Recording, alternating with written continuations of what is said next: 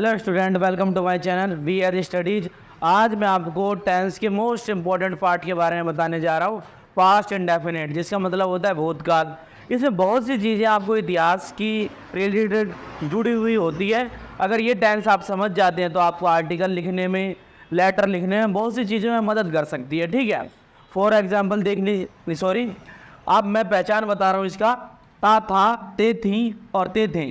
केवल ये नहीं, ये भी होता है कि लिया था, दिया था, गया है वो, ये भी पास्ट में आ जाता है। ठीक है, अब मैं आपको दिखा रहा हूँ अफर्मेटिव का रूल कि इसमें अफर्मेटिव का रूल क्या होता है। भाई, सब्जेक्ट होता है और प्लस में सेकंड फॉर्म होती है और प्लस में ऑब्जेक्ट होता है। कुल मिलाकर इसमें वर्ब की सेकंड फॉर्म लगती है अफर्मेटिव पार्ट में। जैसे फॉर एग्जाम्पल मैं आपको करके दिखाता हूँ यहाँ पर।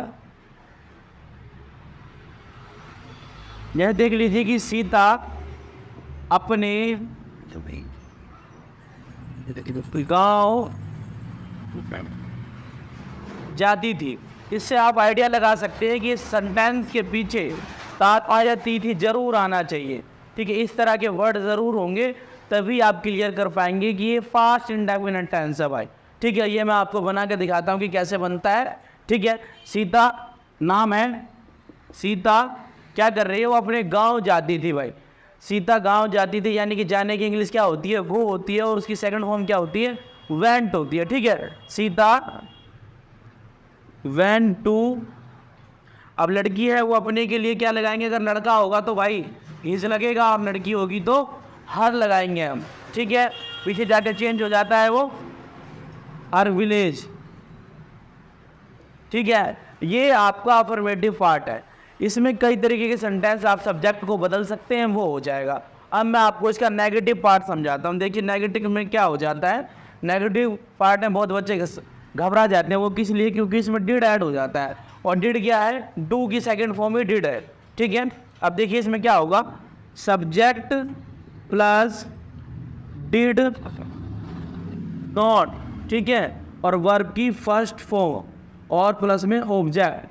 ये बात आपको ध्यान रखनी पड़ेगी। अगर आपने डू की डिड सेकंड फॉर्म डिड लगा दी तो आपका जो वर्ब दूसरे वाला होगा वो फर्स्ट फॉर्म में कन्वर्ट हो जाएगा। ठीक है, जैसा कि मैंने यहाँ पे लिख दिया है, subject plus did not, verb की फर्स्ट फॉर्म और प्लस में ऑब्जेक्ट, ऐसा क्लियर हो जाएगा। फॉर एग्जाम्पल मैं इसी को कन्वर्ट करके आपको दिखाता हूँ। जैसे मान लीजिए कि सीता अपने गांव नहीं जाती थी, नहीं जाती थी।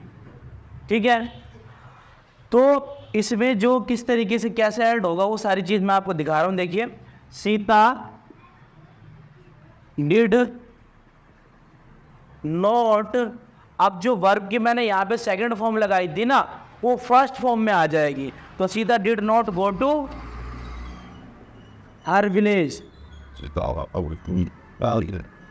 ठीक है, इस तरीके से ये चेंजिंग होते चले जाएंगे। ये बहुत ही आसान तरीका है और आपको समझ में आसानी से आ जाएगा। ठीक है, अब इसका क्या हो जाए, इंट्रोगेटिव पार्ट, वो भी मैं आपको समझाता हूँ। इंट्रोगेटिव इससे भी आसान तरीका होता है इंट्रोगेटिव का। देखिए क्या करते हैं इंट्रोगेटिव में अपन, इंट्रोगेटिव में जो आप हेल्पिंग वर्ब का यूज़ करते हैं ना, जैसे डू नॉट, डिड नॉट, इस तरीके की, वो सब्जेक्ट यानी कि उसकी जगह चेंज हो जाती है, आगे पीछे हो जाती है वो। ठीक है, अब देखिए, अब मैं क्या करूँगा कि अगर इंट्रोगेटिव है तो मैं क्या लगाऊंगा, डिड आगे ही। ठीक है, फिर प्लस में अब आएगा सब्जेक्ट, फिर वर्ब की फर्स्ट फॉर्म प्लस में ऑब्जेक्ट। इस तरीके से आपको ये आपका इंट्रोगेटिव हो जाएगा। ठीक है, कोई भी आपका टेंस है ना, तो ज़्यादातर टेंसों में आप देखेंगे जो उसमें सब्जेक्ट की जगह पर यानी कि दूसरे प्लस में जो आता है वो हेल्पिंग वर्ब जो होती है वो आगे की तरफ बढ़ जाती है। जैसे इज एम आर हो गया, किसी में भी हो सकता है। देखिए, अब मैं तीसरा आपको इसी को चेंज करके दिखाता हूँ। इसमें क्या होता है कि मान लीजिए कि क्या सीता अपने गांव जाती थी। इससे आपको एक और बात मैं बता दूं कि इंट्रोगेटिव सेंटेंस को आप पहचान कैसे सकते हैं। देखिए, इंट्रोगेटिव सेंटेंस, जैसे मैंने आपसे पूछा कि सीता आप गांव गए थे, तो सीता इसमें दो ही चेहरे में आंसर देगी, यस या नो। जिस क्वेश्चन का आंसर आप यस या नो में दे पाए, वो आपके लिए इंट्रोगेटिव सेंटेंस होगा। ठीक है भाई। अब मैं आपको बना के दिखाता हूँ। क्या लिखा है यहाँ पे कि क्या सीता अपने गांव जाती थी। तो पहले रूल क्या है अपना, डिड। फिर उसके बाद सब्जेक्ट क्या हो गया, सीता हो गई। तो मैं यहाँ पे क्या लिख दूंगा, सीता। सीता क्या कर रही है भाई, अपने गांव जा रही है। सेकंड फॉर्म बार बार कह रहा हूँ, अगर आपने एक सेकंड फॉर्म लगा दी है तो वर्ब की दूसरी फॉर्म फर्स्ट में कन्वर्ट हो जाएगी। Did Sita go to her village. अपने के लिए आप हर लगाएंगे अगर लड़की है तो, अगर लड़का है तो हिज लगाएंगे। ठीक है भाई। Did Sita go to her village. इस तरीके से आपका ये सेंटेंस कंप्लीट हो जाएगा। और अगर आपको जैसे इंट्रोगेटिव प्लस नेगेटिव करना है तो उसमें कुछ नहीं करना होता, बस उसका रूल ये हो जाता है, डिड, ठीक है, प्लस में सब्जेक्ट और प्लस में नोट और वर्ब की फर्स्ट फॉर्म प्लस में ऑब्जेक्ट, प्लस में ऑब्जेक्ट, ये ऐड हो जाएगा। इसके अलावा और कुछ भी नहीं होगा। वो मैं आपके लिए होमवर्क रख रहा हूँ, आप उसका इंट्रोगेटिव प्लस नेगेटिव का कर लें। ठीक है। आई होप आपको ये वीडियो समझ में आई होगी। Thanks watching my video and subscribe my channel.